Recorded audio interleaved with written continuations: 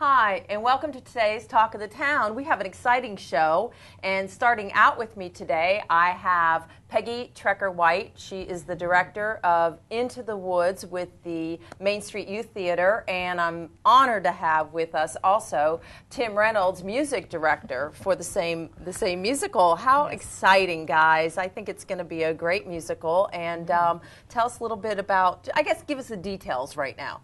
Okay, sure. It opens October 13th and runs that weekend, and then the following weekend, the following Friday, Saturday, and Sunday. Shows are 7 o'clock, and then matinees are at 2 on Sundays.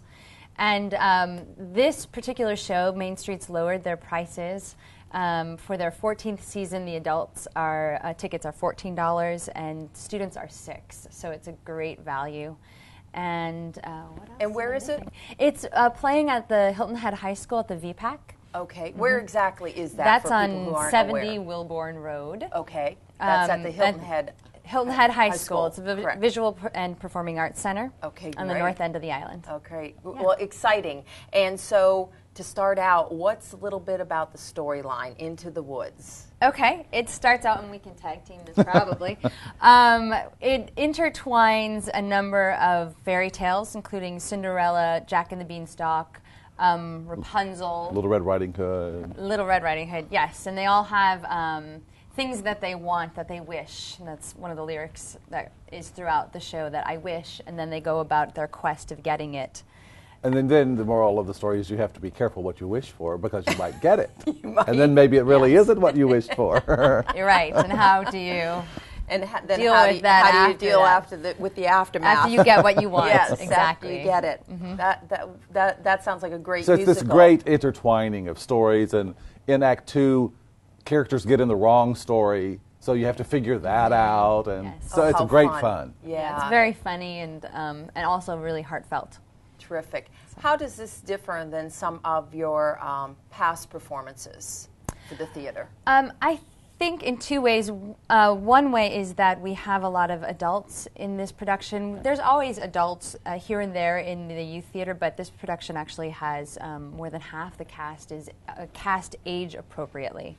And also the choice of material is a little more intricate, I would say, Sondheim, than some of the other things. So it's about half high school kids, half adults. So it's a nice mix. Right. And I think it's awesome that you engage the participation of both, basically a grade school, high school level, up through adults. And I think you actually encourage the participation of parents. Oh, with absolutely. kids, even if they can't perform. Yes. Correct, yeah. You have many things they could possibly do. We do. And all the parents are really good about volunteering for front of the house or helping with costumes and sets and what have you.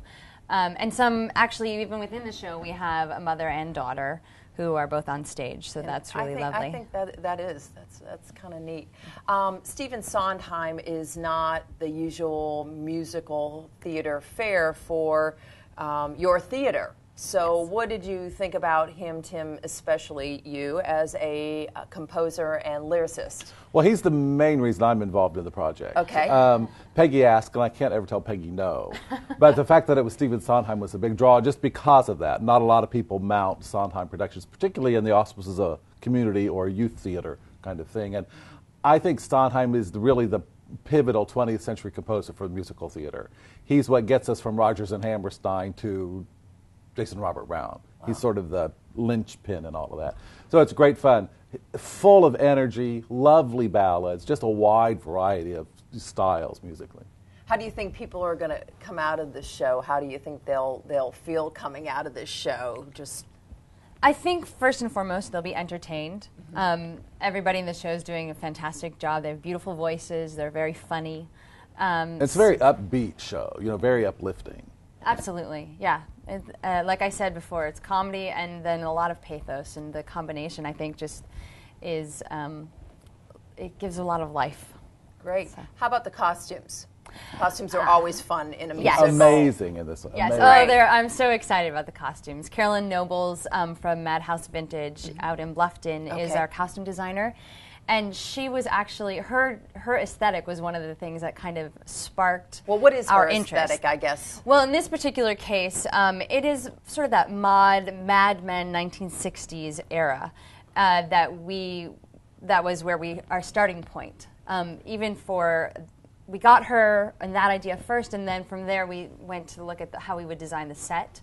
And we weren't really interested in trying to create a literal forest, particularly on a community budget. And I'd rather have something else to represent trees that is creative rather than bad-looking trees. Cardboard cutout Cardboard trees. cutouts, yes. So we started to go in this sort of 60s mod route, and our trees are going to be made up, our whole forest is made up of hardbacked books.